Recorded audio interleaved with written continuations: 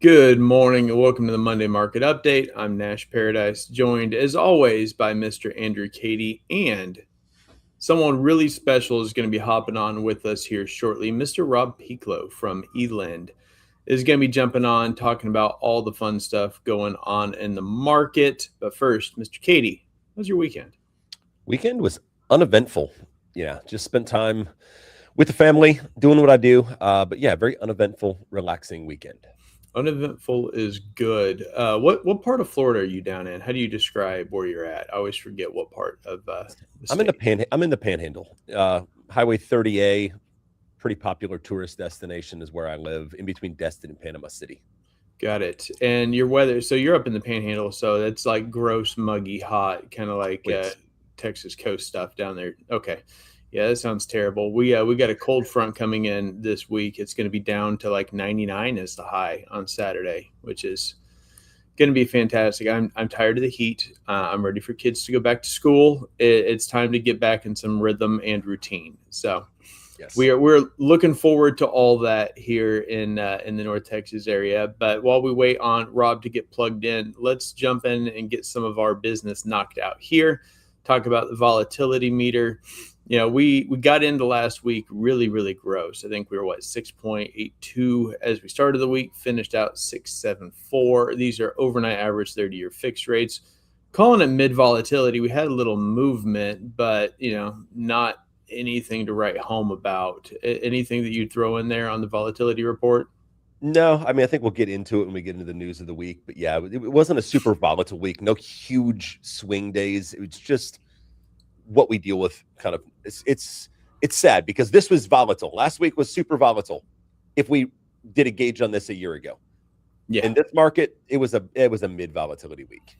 Well, or at least it should have been. I mean, when you have news like this that hit last week, it should be moving the needle. We should be celebrating. Hey, man, look at this econ data. But everyone's numb. Nothing matters. Nobody cares. This is what we're dealing with now. So let's break down what happened last week and talk through what we're talking about. I hate to give too much time and attention to the things that didn't move the needle, because we did get the needle moved, and it was just one thing.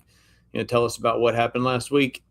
Yeah, non-farm payrolls, unemployment, or not unemployment. The jobs report came in with arguably one of the biggest misses we've seen in a very long time. And it also had huge downward revisions for the previous 2 months. So yeah, jobs was expecting 80,000 job creations, came in at 23,000 job losses, and then had significant downside revisions, another 55% wiped off of May and June's numbers. So really, really ugly jobs report. Yeah, I know June specifically, we were showing 57,000 jobs added, which I believe was light to in line, revised down to 20,000. And here we are expecting 80,000 jobs to be added. And rather than add 80,000, you lose 23,000. That seems like a really big miss. How do you get that far off on non-farm payrolls? Oh, I mean, I think we know the data from the Bureau of Labor Statistics is habitually wrong. It's habitually high with downward revisions. Now, you get a hit like this. I mean, yeah, there could be some of this could be layoffs due to, World Cup. There's a lot of hospitality decreases, a lot of things like that may have played into this. However, this is the jobs report that really should have rocked markets more than it did. I'm actually kind of surprised that we're still holding the ground for higher rates where we're at. I would agree there. I think the other thing that's interesting is, looking at the unemployment rate. Previous 4.2%, current projection 4.2%, and we lose 23,000 jobs instead of adding 80,000 new, but yet the unemployment rate drops to 4.1%. How can you explain that to, a layman who doesn't know how this stuff works? Right. The unemployment rate should have jumped up with this report. However, unemployment rate measures how many people are in the job pool, how many people are out there. And when you have labor force participation drop by 1 million people in 60 days, you end up with an unemployment rate that goes down and not up. Welcome, Rob. There he is. There's the guy. Gotta love it. Mr. Pieklo, you came at a perfect time. The question I was asking Mr. Katie here is, BLS misses, jobs come in low, negative 23,000 compared to 80,000 projection. Unemployment rate goes down. What's your opinion on, how does the market take that? What do we do going forward as it relates to jobs? So it's interesting. So I'm going to step right into it. That's what I get for being late. Yep. So yeah, this is a good one. So in general, we have to see trends. We have to see it continue. Obviously, we had a revision. Boy, there was a lot of excuses around this number. Like that's all. I think it was like 20 minutes of explanations of why it was bad. And I think the markets right now aren't really. They're not prepared to do anything in terms of trending in the directions that we want. Obviously, we're really put in dollars towards a trade until we get a resolution outside of our domestic economic data. It's going to be a resolution in the Middle East, and everyone's kind of trending. They want to trade. You saw a nice move to start, and then reality set in. And unfortunately, right now, that without significant deterioration in the economic data, like significant, it's going to be difficult to see anything break through that like 460 mark in the 10-year. Yeah, no, I totally agreed. Rob's too smart for our typical audience. We're talking to loan originators here. No, I'm kidding. And, loan originators have a hard time digesting this econ data because Andrew and I have been talking about it for months and months, and we keep coming back to the same things that we'll get small moves, little pops. Like the market wants to trade on econ data, but nothing holds and everything seems irrelevant. Staring at it today. Right. Yeah. Same thing. You kind of see like, man, Friday was a great day. Then you kind of wait a second, halfway through the day, you're like, what's going on? We're deteriorating back to where we were. And then this morning you wake up and you're like, it's back to where we were pre-number. It's just it's a frustrating exercise. But there's, something driving it and it's nothing to do with our data. Yeah. Let's whip through this week's news real quick and see if there's anything we care about here so we can get to the real good stuff and get, Rob's impression on things. Looking at the calendar, we do have some red this week. We've got, CPI data coming out on Wednesday, projected a little up, little down. It's kind of a mixed bag of things. Andrew, do you have anything you're looking for on CPI, or do we think it's going to be enough to, give the markets any kind of movement? I don't think the markets are going to generally care too much about it as long as we're in conflict with Iran and things keep moving in that direction. Sure, if we had a super low print on it, yeah, markets may follow through with some downward trajectory, which would be good for us. But I think it would have to be a massive miss for it to really rock markets. Yeah. Rob, let me get your take. Anything that could move the needle or that's exciting? Obviously, the last, core CPI numbers in the headline, came in short of expectations. We a little going backwards on some of these inflation numbers, which generally you think the market's going to like. And yet nothing. And, we're projecting up a little bit. Who knows which way we miss, but anything that you're looking for on the CPI data? Yeah, barring like some ridiculously large miss or beat, it's going to be very similar to what we saw on Friday. If we miss a little, you're going to see a reaction, and then you're going to see the realization that, hey, like we can't really go in and think we've started a new trend until we understand where oil is going to be. And that's it. And that's just the name of the game right now. War is expensive. Oil's expensive. And we're watching that. And that's going to be the main driver. I think the markets and traders have found a way to just kind of probably make a little bit of money on a short-term side of it and run a trend for the day or the morning, and then you kind of see everything else kick in later on during the day, and we get back to where we were. Unfortunately, keep falling back above the lines that we need to break through. 100%. Rest of the week, core PPI and PPI figures come in on Thursday. Retail sales on Friday can sometimes be interesting, but are you holding, Rob, that nothing really matters until we get some stability? Yeah, Johnny, like a big number, a big beat in some semblance potentially, or a big miss, I should say. It's gonna be tough to see it. I feel like we're in this like purgatory in terms of where the 10-year is, and it's stuck. Once we broke through that 460 kind of barrier, it's been difficult, and you'll see it. We'll bounce off of that every time we've had some numbers. We broke through 460 for like a few trades, and that's it. And it didn't stay. It's a staying power there, but I don't think we have enough data, even if it's negative, or inflationary data comes out that's higher or hotter. I don't think we have enough to blow through where we're at right now. Maybe 475, is a number, but I don't see it. I think we're going to be stuck in this range until we have something. Again, there's a resolution or a larger, even a regular kind of stay or shorter term opening of the strait would cause maybe a little bit of a move, but not enough. We need this conflict to be over. Yeah. Speaking of busting through, let's bust through the rest of these slides real quick so we can get into all of your good stuff here. Just the only thing I want to point out on Fed funds rate and looking at, where the aggregation of estimations are for the next meeting is that we have moved, as I thought we would, and trending back towards no movement in the September meeting, whereas before I think it was like 68, 69%, looking forward to, a rate increase in September. I don't love when we're split on this 50-50. It just seems like week over week, as we get closer, we tend to trend a little bit closer towards, things not moving, which is fine. Andrew, anything that you'd add on here? It does look like we're just settling a little bit, kicking the can down the road. Yeah, I mean, this is 100% due to the jobs report, kicking the can down the road. Labor is showing weakness, strong weakness at this point. And so inflation becomes the number one enemy right now. And so I think we do have the ability to kick this a little bit further down the road, potentially even to the December meeting, just depending on where markets go from here. Rob, what's your thoughts? I'd love to see a hike.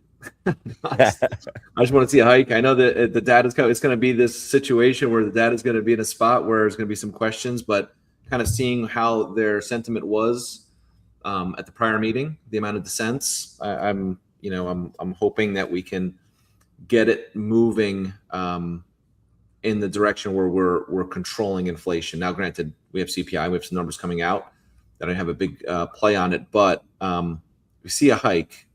If we see a hike, I think we as mortgage originators will be in a better place faster than if we don't.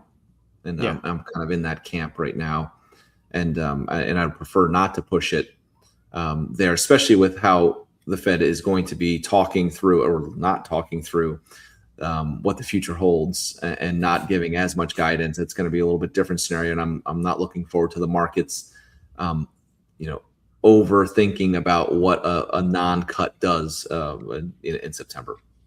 Agreed. It's like waiting to exhale. We just need to get there, and especially when you've got Fed members dissenting, and you can see a lot of people want to move into that hike quickly without, forward sentiment.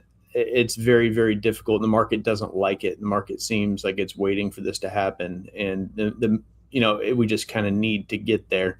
But again, you're going to miss on labor that much. Now we get aggregation ratings that look like this, so it'll probably look different next week and the week thereafter. And, September is still 36 days away. So we'll deal with it when we get to it. And, we'll react because that's what we do, as we have no control on here. And it's going to be what it's going to be. Let's get into what happened with mortgage rates. This chart is ugly. It's been ugly. We keep finding new ceilings and new places to hold, which is kind of what I wanted to ask Rob about when we get off the slides. But, we seem to have broken through, crossed that 6.8 threshold on the overnight average, 30-year fixed, came down a little bit. There's no reason to believe we're going to move any further away from this right now in our current holding pattern. Anything you'd add, Andrew? I think if you just look at the trend line from about March, that final bottom where we hit the 6%, if you drew a nice line across that bottom, you actually just get a real nice trend line to about where we're at right now as a floor of support where we're probably going to hold and potentially bounce a little bit higher again. There's a very clean line that's been drawn here. Yeah. Rob, anything you'd add? Yeah, there's a couple things with this movement, and what a lot of people aren't talking about is the deterioration of what's happening in the secondary markets for what's called specified pool trades. So as rates move up, you have this type of loan, or you package loans with certain characteristics, and we can look at the standard rate and the blended rate and what they offer on, what they put down on Mortgage News Daily. What we're seeing, and where we're seeing a lot of pain, is in those specified pools. So if I put together, 10 $100,000 loans versus two $500,000 loans, Wall Street pays me more for 10 $100,000 loans. If I take a pool and make just FHA loans that are harder to refi than VA loans, I get paid more for those loans. That's gone away at a very large percentage. And why that matters is like 2 years ago, or 3 years ago, maybe 20% of loans fall into some kind of specified pool bucket. Well, they've broadened that quite a bit. And now we're looking at 60, 70%, maybe sometimes upwards of 80% fall into some bucket that has a specified pool for it. So the deterioration in that market has hit originator price sheets more so than anybody could have imagined. We're talking about 70, 75% reduction in those pay-ups. And no one's talking about it because most people don't understand it. But that's affecting rates a considerable amount, because that's where a lot of companies that don't pass it through, a company like us, we pass it through on our rate sheets. But those that don't, that was all their income, and that just went away. So that's something, as rates trend up, it's something to watch for in the markets. And that just means your slightly higher note rates with lower loan balances, those have gotten hit much worse than what you're seeing in your MBS screens. Interesting. Yeah, I know with the MBS screen, you're looking at everything pulled together. You get some idea of where rates are, but it doesn't tell a very good picture. I mean, it's helpful for watching trends and being able to see, are we moving up, are we moving down, but maybe not, because it turns into loan originators, realtors, buyers, paying attention to that mark and seeing that increase in that line going up, not necessarily knowing how it impacts them directly, but just knowing that life is more expensive, things are more expensive, buying a house is going to be more expensive, without getting into the nuance of how are these little things, affecting people in different situations. And to your point, it can be much more negative than just looking at averages online. So Rob, since we got you here, don't yell at your lender because you got an email saying that the UMBS 5 coupon moved 20 basis points. And you yell about me holding back pricing and the loan is an FHA loan at 6.875 note rate. So it's we need to put the correlation out there of what the coupons are to the loans, and not all things are flat in terms of how those things improve or not improve. So there's a lot going on in the secondary markets, but it is always good to track the baseline of MBS. Yes. So you're saying that the UMBS 5.0 doesn't directly impact my 620 FICO FHA? I don't believe that. What are these Ginnie Mae coupons on here for? I don't know what these things. I'm an originator, Rob. I don't pay attention to that sort of stuff. But to that point, you're the expert. Rob Pieklo is CEO of eLEND and an absolute market guru. He used to run the Market Minute here at UMortgage way back in the day, and has been just a wealth of knowledge for all the nuance, second, third, fourth layer deep things that we don't normally understand. But that's why he's here, is to talk about the things that Andrew and I don't have a great grasp on, from his position, seeing the inner workings of the market, what's going on. So Rob, what do we need to know that we don't understand, that we're not tracking well? What can help us have an advantage in understanding this market as we move forward through it? Yeah, it's timing, right? I think a lot of things with originator, we want to think we know how the macro markets are going to move. We don't. That you can say you're right. People love taking credit for being right of where rates are going to be. I'll say it, be like, I was on the sales huddle for UMortgage and saying rates are coming or not. I wish I had a better story, but rates are going to be up. But we don't we love to talk about those predictions. But in reality, we have no control over a lot of these things. But what we do have control over is how your lenders and how your companies lock loans or allow you to lock loans. Look what's happening with there's high volatility days. Don't lock in the middle of a sell-off or a huge run-up. And when you're in the middle of it, you're never going to get full advantage of what's there. I promise when you go to push a button, you're not like pulling one over on them. That's not going to happen. There's usually margin built in. There's usually times that are better to lock. There's better times to take advantage of things. And that's the kind of stuff as an originator you want to do and understand. You don't want to, locking when there's locking availability and there's a huge data print.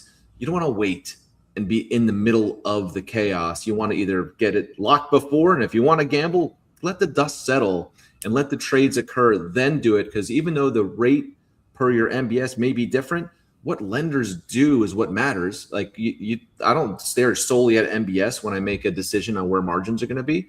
I have to use margin as a hedge strategy sometimes, or mortgage servicing right values go down. So there's lots of stuff going on, and just knowing what the lenders do and how they do it is something you want to pay attention to. So I always recommend, finding the pockets of how lenders price when you start to see trends of, early in the month, people love to get a lot of locks in, start their month strong. Or if it's a little bit of a slower month, that towards the tail end, they need to get there to get to their numbers. So they price a little bit more aggressively. And those are things that you can control, which is lender behavior to the markets and market reaction. Big volatility day, Fed day, you have jobs report day. I'm tweaking. I'm putting a little 15 basis points of margin into my sheets, maybe 10 basis points to cover me until I know what's going to happen, because you can't. Hedging is always in hindsight, and you're doing it in the rearview mirror. So you want to make sure that you're not jumping into the spot that has the most margin built in. Yeah. So you're saying, like, when the alert to lock comes out, it's probably already too late because the margin's already built in. It's too late. Now I will say, we do it a little differently. I hold, I'll wear it. So we try to give the originator the opportunity to lock if I'm about to do a price sheet. Like, there's nothing worse than going to lock and you're hitting the lock button and it's grayed out because they're just about to do a reprice and it. And you like, no, I wish I registered a little earlier. So we get it. So the idea is giving a little bit of a heads up. But most of the time, you're right. When you get the alert to lock, most of the lenders have already made their decision or repricing for the worst. That's how it works. And if they're not, that just means they added a little extra margin at the beginning of the day and have a little more leeway. So you've been paying for it the whole time. So Rob, it feels like in the last few months anyway, when things are good and we get econ data that is favorable, we get a news cycle, some, Wall Street Journal report talking about Strait of Hormuz, et cetera. Anything that happens good, it seems like it never really holds to be as good as we'd like to see. There's quick deterioration shortly thereafter, and whatever run up we have, erodes pretty quickly. But when things are bad, seems like as soon as you go and check pricing, like Andrew said, alert to lock, it's bad, it gets bad quick. And when it's good, you kind of have to hold. But, I'm also seeing deterioration every time we get something positive. It doesn't seem to hold very long. Do you feel like that's going to be consistent for a while until we get more good news in the current Middle East conflict? Yeah, it's frustrating from our standpoint too. Like, there's not, I would say I can count probably like 10 different times over the last few months where something's occurred, news headline, mostly it's obviously like CNBC headline about a deal happening. I think we're on our 18th head fake for this. And but it happens and you see this knee-jerk reaction and you're excited and you reprice, and it takes you 20 to 30 minutes to get a reprice function done. We're running, significant amount of data to be able to do a reprice. Most companies are doing the same. And then we issue it, and then we have to issue it out to all the different pricing engines and everything else that's out there. And I would say probably 10 different times we've issued it. And then I've had my capital markets team come back to me and be like, hey, we have to retract that. We've lost and I'm like, no, we're going to keep it. Like, let's keep it going. And we're just going to wear it a little bit, because you can't go out with a price and then it's deteriorated before we can even get the sheets out to everybody. You start to see this unwinding. So that's, there's obviously some scar tissue from the secondary guys on that stuff. When that happens, you lose when that occurs. So you'll start to see people wait a little bit longer when things are going up, because it's like, hey, let's see if this holds before we do any type of real repricing here. Let's wait. And people tend to pull the trigger much faster when it's starting to free fall and panic that the locks that are going to come in are going to be underwater, especially in this really tight margin environment. So when you're a larger retail entity, no offense to anybody watching that's retail, you should come over to this channel. But like when have the larger margins, it doesn't matter. Like that's your head. Like you can let things ride. I see people all the time on different chats like, well, we didn't reprice for the worst. It's like, yeah, you have 400 basis points of margin. I'm working off of 10 or like 15. If I don't reprice and we lose 20, I just lost all my profit. So like we are running thin there. So when you see it like that, there's this need right now in this tight margin environment, secondary, the spec payups we just talked about are deteriorated. You need to act quickly when things start to come down. So that's why you see that, boy, as soon as anything turns red, you see the reprices rip. And then if it's positive, it's like, well, we got one here, and they start to trickle in until you see some sustainability in that. But that's going to continue. That's what it's going to be until like now. I'm still shocked that when you get a headline about anything that it even moves. Like I feel like we don't even learned from the 17 prior times we've moved with it. But traders will move them initially, and then you just got to wait and see what's going to hold. Right. Yeah, and I think you mentioned on that, whether no one believes the move, but they're going to make money on the move. No one believes the headline. They're going to make money on the headline. And that's why we keep seeing this deterioration. Is like, it's not real. No one cares. But if there's money to be made, then traders are going to make money. Andrew. Yeah. And I think, markets hate uncertainty, and we've cried wolf for a peace deal so many times. And I think going back to your prior statement, I mean, some people would be probably frustrated with you saying you're in the camp to want a rate hike. I'm in the same camp. I think the uncertainty of dissenting feds, and it might happen, it might not happen. I think if we just rip the Band-Aid off and get it done, we may actually just start to find footing and get stability in the market where we actually might see positive movement on headlines, but there's just too much uncertainty. There's uncertainty in every single turn right now. It is. And I agree with you wholeheartedly. It's what's funny about it. I was having like a moment when you start to think about things like macro, not like life. It wasn't like an existential thing, but it was more so about like the Fed. And you think about all of the stuff we put into the Fed and all of this analysis and what's happening and what's doing this, and this. And like most of the time they don't do shit. They do nothing. Everything stays flat. And then when they do a significant action, it's like a quarter point. Like it's like 0.25. It's wild to me that so much is happening and worked around, and markets are reacting to what would seemingly be like they shouldn't really be doing that much. It shouldn't have. Yes, it's monetary policy. Yes, there's big implications of what they do. But when you think about the past and overstepping what they should be doing versus the way it should be and the way it's going to be run going forward, like in reality, it shouldn't matter as much. And I think that's what Warsh is trying to convey and saying like, well, no, market's going to react, but we shouldn't be making this a bigger to-do than it actually is. Yeah. I mean, but that's bad for headlines, but it's, we can go back and forth and you look at what the Fed has done since 2020 and, who paid attention to the Fed funds rate before 2020, a few people where it mattered. And then since then, half the country is familiar with it. And, I can think of a couple of times in my 20-year career where, my mom, when I was 3 years in the mortgage industry in 2009, talking about, well, hey, should I look at refinance? I hear rates, I hear the Fed rates down at near 0%. I'm like, wait, what? Like it's become something that's a headline driver now, and everything's become political, and everything and everyone is for or against. And the White House likes to fight with the Fed. And now, Warsh is the New Deal. Everyone had all these expectations on what Warsh was going to do, just to find out he's basically just a banker who doesn't want to give, forward commitments and, any kind of forward guidance. I'm like, okay, that seems like what a banker should do. So I think we all know, like, does the Fed make movements that are massively impactful? It's monetary policy. It's a big deal, but it is, like you said, 0.25% at a time. But it still feels like everything else, it's all driven on news cycles. It's what are things going to look like in 30, 60, 90 days? And it just seems like the market movers and the money moving in and out of the 10-year, seems to care very, very much, like a 10x over what's actually going on. Is that what you're seeing too? Like, is that a decent understanding of how these two things are collaborating with each other? Yeah, I think where folks get what's different now than it's been in the past, what would be deemingly like pretty safe um, assets in this fixed asset class have people don't want to be on the wrong side of a trade. So there's more panic over these things and much more volatility in terms of like the velocity of a move if it were to occur based on algos and all the different things that go into trading. So like that is a weird dynamic because you never thought of like back in the day when you think treasuries, you never think that is like a tradable thing that's like, holy cow, there's a lot of movement, a lot of crazy stuff happening on a day to day in the yield itself. And just think about where we've come since February 27th. I mean, we were sitting at 399. We broke through, things were good, and look how much movement.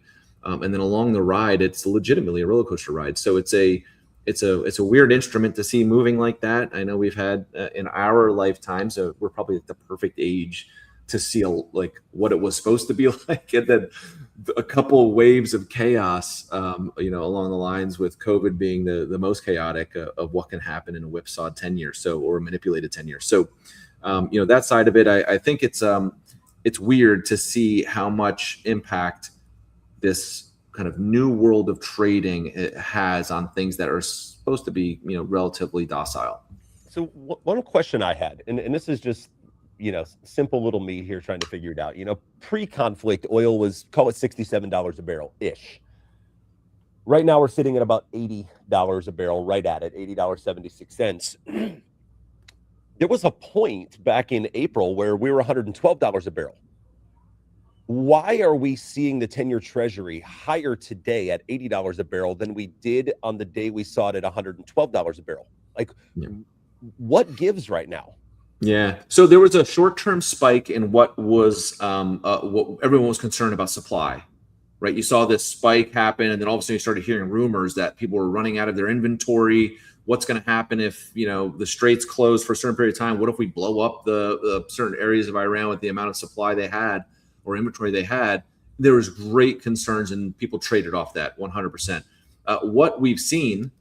And your point is actually something I've talked about. I love when you say good stuff like this. You always say good stuff, but when we are like so aligned on it, it's odd to see the 10-year kind of play double dutch on when it's going to couple or decouple from oil. Like we've had a little bit of a bad run of the 10-year and oil. When things get worse, they tag along, but when things get better, we don't see that same level of improvement. And that's just right now. I think the oil and where it is outside of these spikes. It looks to be a sustained higher price for quite some time, and that's translating into what the 10-year is looking like. So that's my take on it is that it's just overall people are trading now towards longer term trends versus a little bit of shock and awe of what they thought was just a one-time spike, and it's going to work its way through the system. It may take a couple years or a year. Now people are thinking it's gonna be a while to stay in these little elevated range, and it's not, like I said, it's not that much off from where we were. Yeah, we trended in the like low 60s for some time, and then 67, 68 before pre-conflict. But yeah, it's only a few, call it 15, 20% of where we've trended and traded at. But I would expect to see the 10-year again stay here, and even if oil rips down, I don't think the 10-year rips with it. I think it goes down a little bit, and then we're going to need to start to see the data points reflect what you're seeing in oil, and then you can start to see the true trend line start to come down, which I don't see happening, for quite some time. So Rob, the last thing I wanted to ask, because I want to respect your time here, and I'd love to nerd out for like the next 45 minutes on treasuries, oil, ceilings, and floor. I find all this very interesting, but what I'd love to get your take on right now is something that's been huge in social media circles and news cycles. And that's, loan originators are seeing, merger and acquisition season's been going on for a while. Stock prices are taking a beating on a lot of the largest lenders. And there's blood in the water right now. What's going on the back end for some of these huge lenders? And, was everyone just planning on a refi boom and rates coming down at some point? And now they're caught with the bag. Like, what's really going on, and what should we know as mortgage originators looking forward into the greater overall health of the mortgage lending environment? Yeah, it's really is unfortunate for what we're seeing out there. And um, mortgage being a public mortgage in the public space is very difficult in the public markets, because of volatility, because of the effects. We hear the terms all the time. It's cyclical. It's a cyclical business. There's these small swings and turns that you can think you're running a really good ship, really tight. This is the way it's going to be. Then all of a sudden, boom, you have a little run like we've had, deterioration in capital markets, hedges gone wrong, and you can see everything wiped out quickly. Our business is really good when it's good, and it's really bad when it's bad. And unfortunately, in our space, it's weird to see analysts. It's weird to see people who recommend or not for the trading side of this and what's a buy and what's not. The lack of knowledge of how this business work and how the assets of this business work is wild to me. We had a current largest lender in America had some stuff happening on the hedge side. It is glaringly obvious what occurred. None of it is being talked about, and it's acting like it's what was disclosed was a hedge on MSR that has gone wrong. It's clear it's not, and it's weird to see that. You see the large guys that aggregate through either they'll have like a REIT and then an operating company like a PennyMac or somebody, seeing deterioration in some of the things that they're doing, both from a valuation standpoint, the MSR. When rates go up, MSR value should follow. Like that's the way it works. Mortgage servicing rights should go up and rates go up until it doesn't. And that means that you've reached a certain max capacity of the life of a mortgage servicing right. And also what we're starting to see is the realization that if you imply a certain amount of revenue off of recapture of mortgage servicing rights and you don't achieve it, it's a significant, painful exercise for your financials. And that's what we're living right now, and what we're seeing from the different public entities that are disclosing. We're seeing numbers that I can't believe we're even seeing. Like we see like a Loan Depot. This is all public, so I'm not like shitting on anybody. Okay, it's a Loan Depot 30 million, Better 34 million, UWM obviously 600 million heads lost, but $450 million. And then you see Penny, they made 20 million, but that's an ROE of like 2. It's not where they need to be when it's a REIT structure with their operating company. So you're starting to see these things come out, and it just shows, one, that the business is really hard. And also a really good part of the business. One of the things that haven't been affected that is the origination side of it. Like originators are still getting paid. They're still getting, having significant opportunities for income. That's over here, and that's staying that way. And it's even more like, it's weird when things get tough, people start going towards that even more, price more aggressively, cut margins, get those loans in. But we're not cutting comp, not making changes to what's going to originators. So that's a big deal for us. But we're seeing is a realization that maybe mortgage companies shouldn't be public. That maybe they shouldn't be public. And I'll tell you what, people have done a really good job of making a ton of money when things are good, and they don't need the public equity and public money. And they were able to buy great things and amazing things. And then some people took advantage of going public. It's just very difficult. I think right now there's going to be a lot of noise coming out. I think it wasn't Q2, but certainly the start of Q3. The mortgage entities, the larger IMBs that are out there that are delivering to the agencies or securitizing their loans and hedging, they're going to have some. You thought Q2 was bad. Q3 started off. It could potentially be way worse because volumes have come down. And the last thing I'll say about the people don't understand how this business works. Actually, from that, I know you think that's nuts because these guys are some really smart people on the analyst side, but we're a weird business where you recognize revenue at lock. So everybody's numbers are not what you funded. Actually, nobody cares what you funded. It's the least important stage of the game of what funds, because no additional revenue is recognized at funding. It's recognized at lock.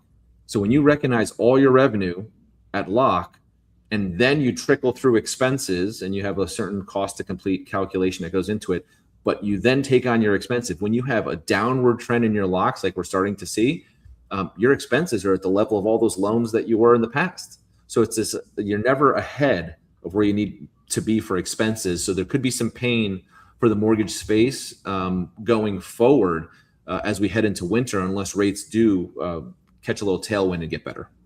Yeah, so short of the conflict ending, I mean, no one thinks it's going to happen. All the trends, where the 10 years been able to sit, obviously it's just going up and up. And to your point, lender originators hear this. Rob Pieklo says that we could easily cross through 4.7, 4.75, getting up to 4.8 on the 10-year Treasury, and it will still hold. So things are not looking great before this ends. So last question for you, Rob. Why, when I'm a mortgage broker, I look at stuff, and in fact, eLEND is our number one partner for my team at my branch. You guys are great, but we keep seeing different lenders come in and out of spaces. Aggressive for a while, not good pricing. Then you get a coupon, then you got to play a game and get some extra bips off. And then this makes sense. But eLEND always seems to be up in that upper echelon on just about everything. And that's why we partner with you guys a lot. Obviously, we love you, but mortgage brokers are selfish individuals. And when rates are going up and up and up, pricing becomes more important. How is eLEND able to stay competitive across so many different products when a lot of other lenders are having to pick niches and get in and out of competitiveness? Yeah, it's something we pride ourselves on. I have a kind of a margin set, and I look to stick to that margin set. Are there opportunities to make a lot more money in any given time? Probably. So sometimes you'll see us, and we might be like way through the cover, the second place lender, but that's because we kind of have our margin set. We want to stay consistent. We don't sit there and pretend like we don't change margin at all. I change with the markets and what we're seeing in general. But I have this kind of a range that I want to make on a certain type of loan, and we stay there. And I don't panic over loans as they come in, because most of the stuff that we're really looking to attack are loans that will help our operation as well. So like you have to balance, and it's this balance. You see a lot of lenders run into, whether it's issues with like delinquencies or issues with capacity of what they can bring in, some tougher loans. You want to steer and go elsewhere.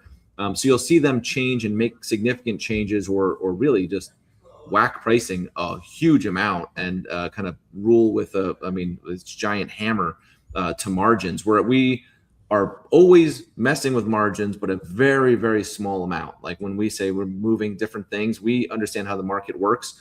So we'll move things by 4, 5, 6 basis points. That's it.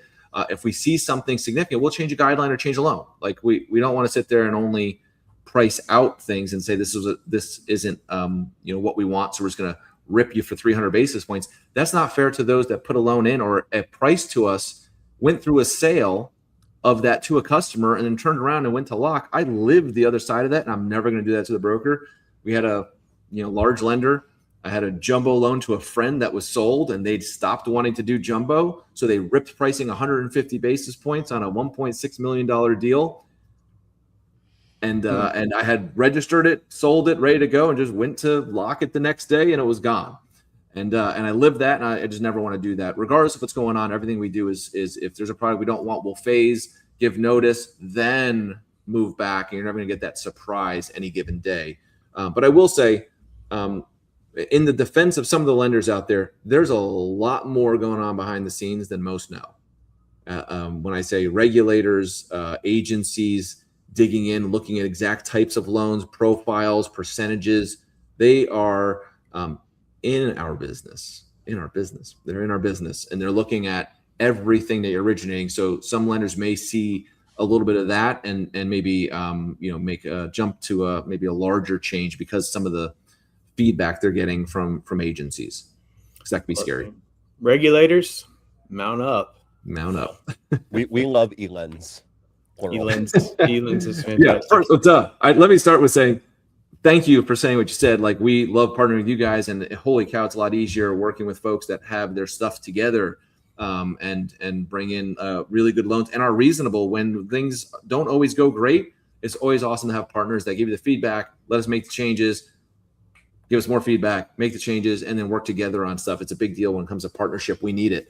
So certainly appreciate you guys and keeping us as eLEND and not pluralizing us. We certainly appreciate that. It's too late, man. I'm sorry. The internet decides what it does. But to close us out here and thank Rob for his time, accessibility to mortgage partners is kind of everything. My team talks about this a lot. We just had a meeting about this. Our top 4 partners, we know the CEOs. We know we have great relationships with the AEs. We can get on the phone with an underwriter.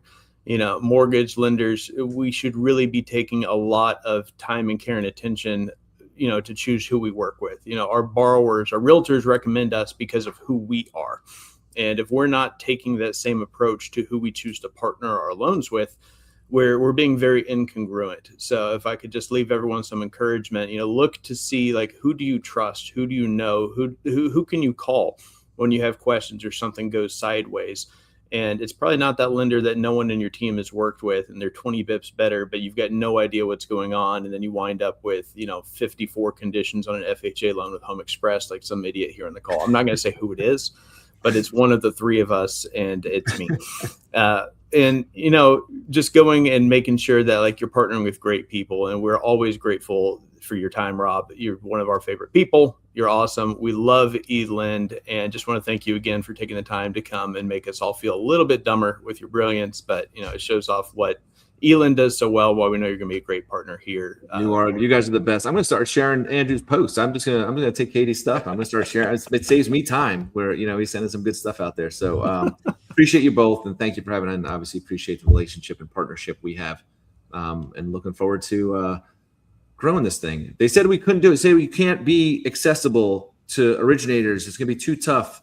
And they said that at like 300 loans, and they said that at 600 loans. They said it at 1,000 loans. Now we're 2,000 loans. We're still here. We're still accessible, still doing it. We have an idea of what this should look like going forward, and it's working so far. So I certainly appreciate the kind words. Yeah, we're excited to see where it goes from here, and we're glad that everyone tuned in today. We will be back next Monday to overreact to the market, talk about things that don't matter until the conflict is over, and give you some talking points on the things that we can discuss as we move forward here. So thank you, everyone, for joining in.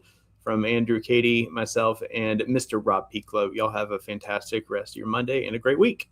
Take care. Thanks, guys. Great job. Yeah, good.